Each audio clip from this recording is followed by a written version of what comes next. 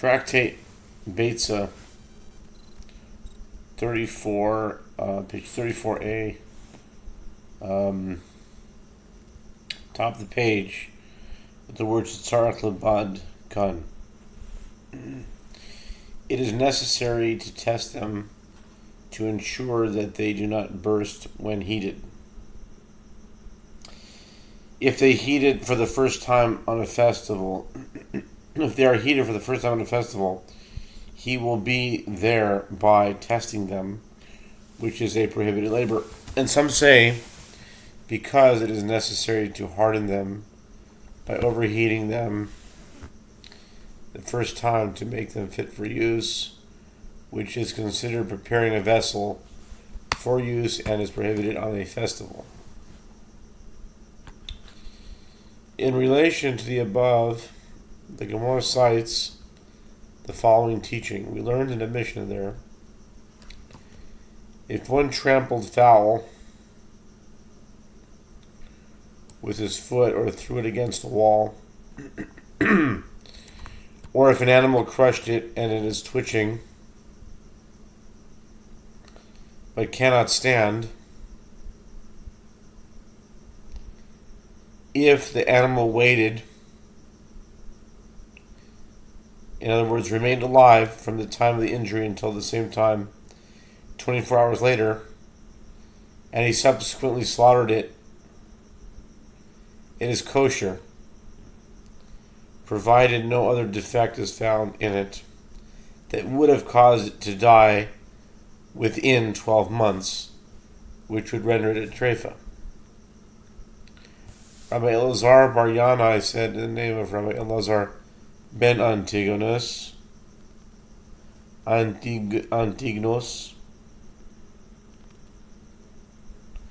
it requires examination after slaughtering to make sure it does not have a defect. In relation to the same issue, Rabbi Yirmiyah inquired Rabbi Zera, what is the halakha with regard to slaughtering it on a festival? Do we assume on a festival that it has a flaw or not? In other words, one may rely on the assumption that a typical chicken has no defect, or perhaps, since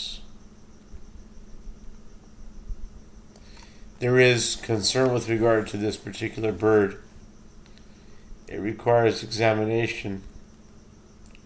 One should refrain from slaughtering it lest it turn out to be a treifa. If so, he will have performed the labor for no purpose. He said to him in response, we already learned that one may not whiten tiles in order to roast on them. And we discussed it. What does he thereby do? And Rabba Bar Barchana said that Rabbi Yochanan said, here we are dealing with new tiles. And the sages prohibited heating them because one first needs to test them, and they might crack when heated.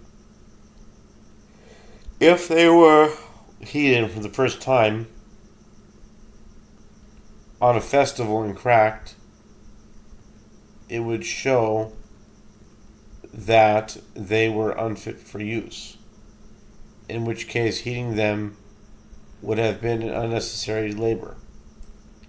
This indicates that one may not take a chance on a festival with regard to something that might be flawed, and therefore a possible treifa should be similarly prohibited. He said to him, this is no proof. We learned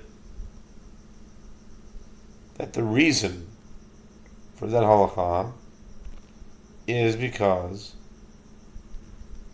it is necessary to harden them in order to make them into proper vessels. Therefore, there is no connection between making a vessel and conducting an examination. Consequently, there is no reason to prohibit the slaughter of such a chicken on a festival. Tanya, it is taught in Beitzah, it is possible for several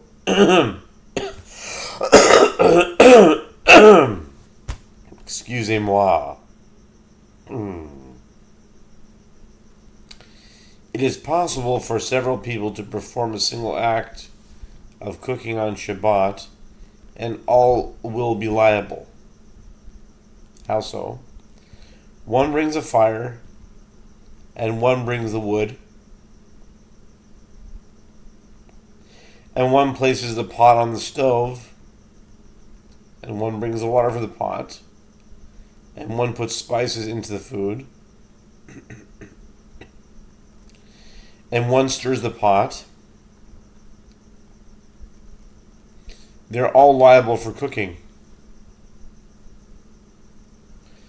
The Gemara wonders at this, but wasn't it taught in a different Beitzah that the last one is liable and all the rest are exempt? The Gemara responds, this is not difficult. This case, where all are liable, is referring to a situation in which he brought fire at the outset, and therefore each of them performed part of the act of cooking. That case, where only the last one is liable, is referring to a situation in which you brought a fire at the end. In that case, none of the earlier people performed any aspect of cooking at all, as the labor of cooking begins only from when the fire is brought. The Gemara asks, granted all of them performed an action that constitutes an action, I couldn't resist. Fine.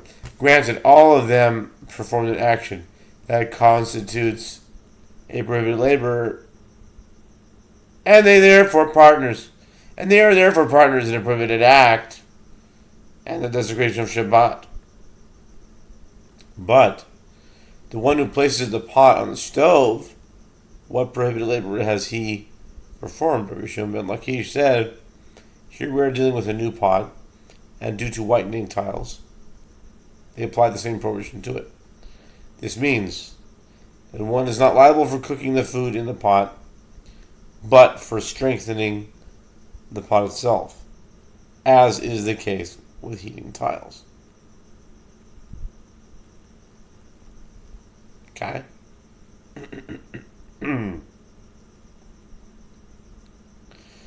The sages taught, Tanur Rabbanan, the sages taught in the Tosefta, new ovens and stoves are similar to all vessels that may be carried in a courtyard on a festival, as one can place items on them.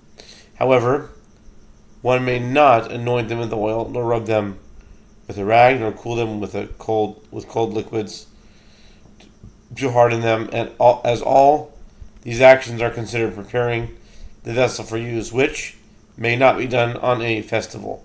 If one did so in order to bake in the oven on the festival itself, this is permitted. The sages taught in the Tosefta, during a festival, one may scald the head and the feet of a slaughtered animal with hot water in order to remove the hairs from them. And one may singe them in fire for this purpose, but one may not smear them with clay, nor earth, nor lime, in order to remove the hairs, because this involves great effort, and it appears as though he is processing the skin. And as one may not share those hairs with scissors, as it appears as though he is performing a labor of sharing in an effort to obtain the hairs themselves. Similarly, one may not trim the top of the leaves connected to the vegetable with its special shears, but one may prepare kundas and akaviot, which are bitter vegetables that can be eaten only after extensive cooking, although this involves great effort, and one may kindle fire and bake in a large baker's oven, a porne, and one may heat water in an antichi,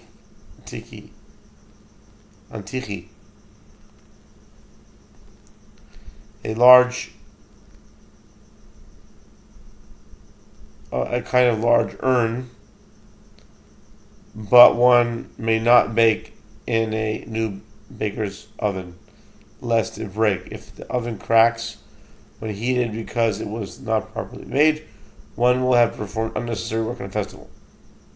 Tanarabanan, the sages taught, so when it's a sefta, one may not blow a fire with bellows because this is the manner of a weekday activity, but one may blow a fire with a tube in an unusual manner.